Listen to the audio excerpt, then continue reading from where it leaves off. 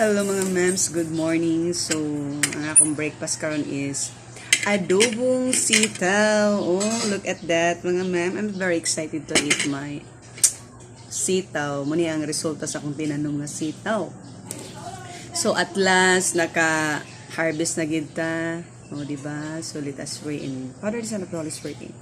Bless us, O Lord, and this day gifts which we are about to receive from the abundant to Christ our Lord. Amen. Father, Son, of the Holy Spirit. Amen. So, mga mems, tilawan na to. Excited kay kumukaon. Butangan ako og tambok gamay. Oh, di ba mo ni siya? Yeah, rice gamay. Di, tilawan na to nga itong tinanong.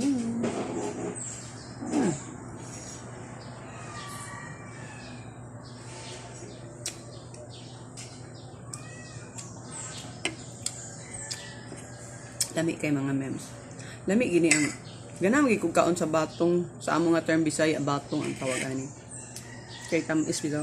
Nya labi na kay imong tinanong.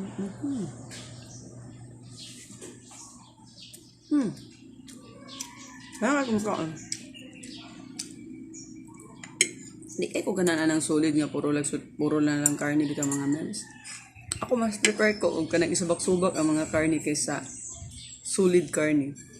Pero ang ako mga kauban din, mas prefer nila ang solid. Muna, dili ba na maayo na. Para sa ako, explanation about sa inyo.